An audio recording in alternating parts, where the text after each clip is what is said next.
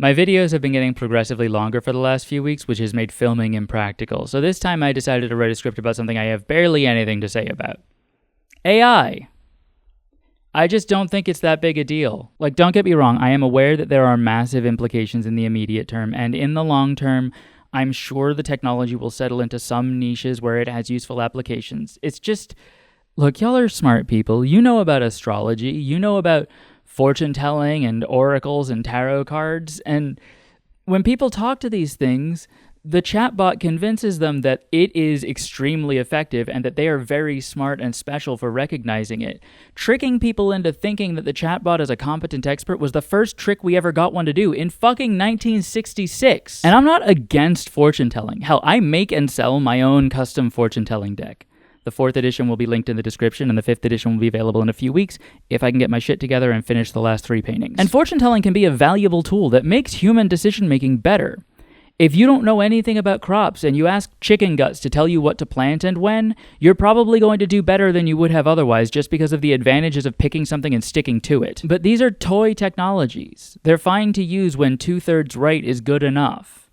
And that's what LLMs are. They're toys that are right about 2/3 of the time. And this isn't because the technology hasn't gotten there yet.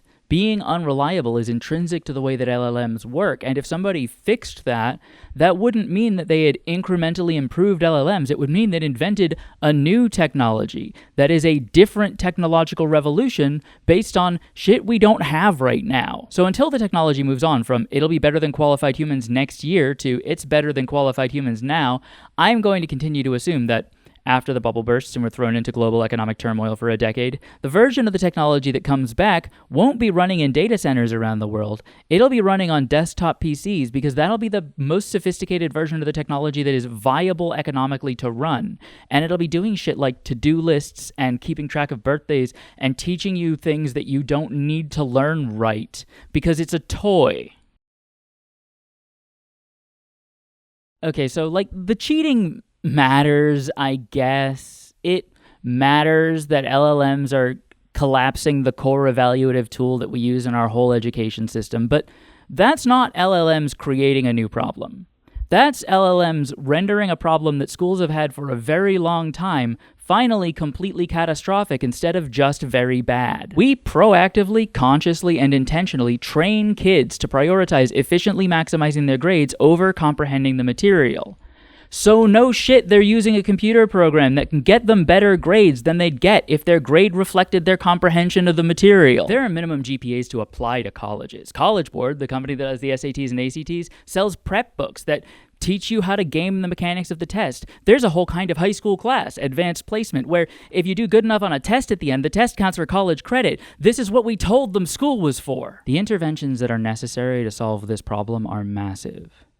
But they're not different from the interventions that were necessary to solve the problems with the American education system in 2019. We need smaller class sizes. We need more teachers with more money, more training, more resources, and way less time pressure. We need to do away with quantitative grading.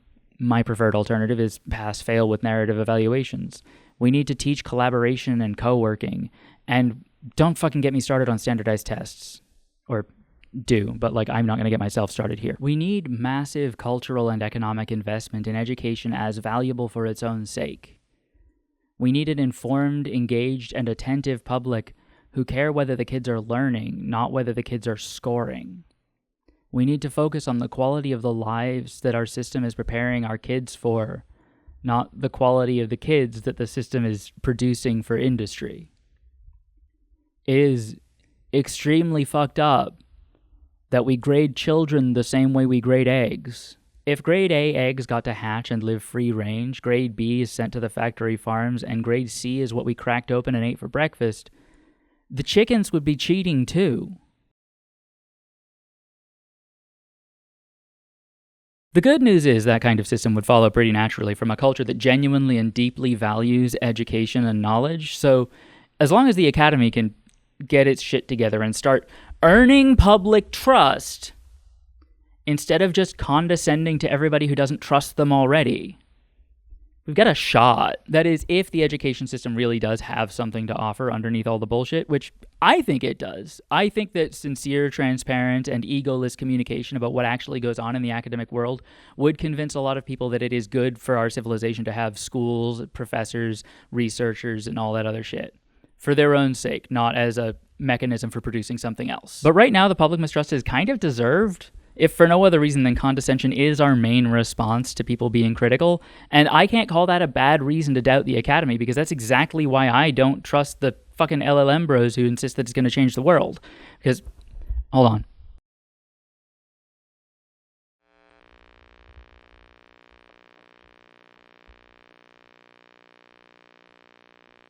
I think the green is not going to be enough contrast. Give me a sec.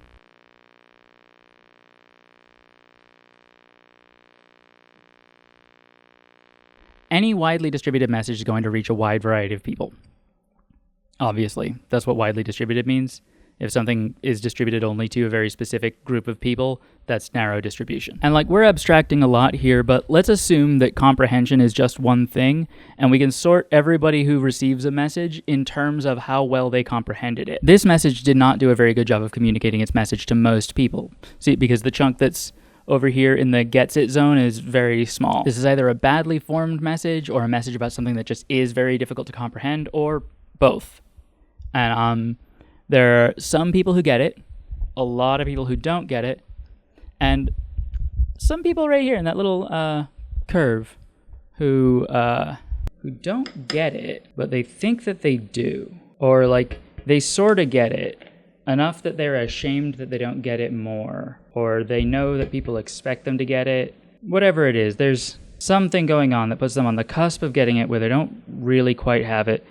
And these people are pretty consistently, when they talk about their experience of the text, condescending assholes. And the thing is, you're going to get these people no matter how good the message is. This one's pretty middling, or decent, and it's reaching quite a lot of people. But there is a point where the curve passes through that threshold, and there are going to be people in that section. You can have a message that basically everybody understands, like Sesame Street characters telling people that racism is bad.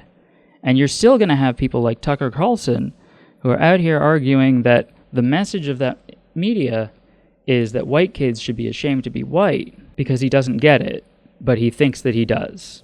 And he's being a condescending douche about it. That's not really fair of me to say. Tucker's a professional propagandist. He knows exactly what he's doing, and he does it on purpose. No idea what the light's going to be like in this video. I have a sun lamp that's usually pointed at the ceiling over here to fill in a little bit of this space. I should move the softbox over to this side, but I don't want to. The thing is, all of us are down here for most topics. We don't understand most things, and we need a way to decide who to believe when lots of people are saying shit and they're acting real confident about it. I find one of the best ways to do that is if you pursue an interest in genuinely understanding, do you find people who help you see where you would need to go to get it? Or do you just find people who try to make you feel like a loser for not having already agreed with them? None of the people I know who I think are competent to have a real opinion about the AI thing are enthusiastic supporters.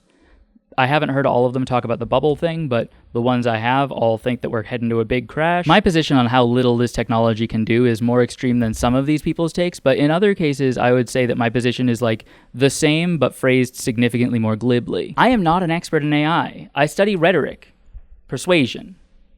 The part of the conversation I'm competent to have an opinion on is how the AI people are going about making their argument. And the way they're doing their messaging, it looks a lot like the curve they're aiming for is this.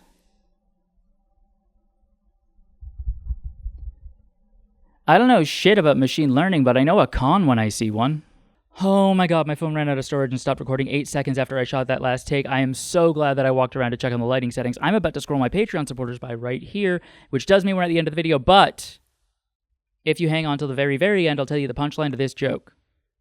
Why do programmers prefer dark mode? Apart from these lovely folks, I also want to thank my friend Teresa, who lent me her overhead projector on very short notice for this video.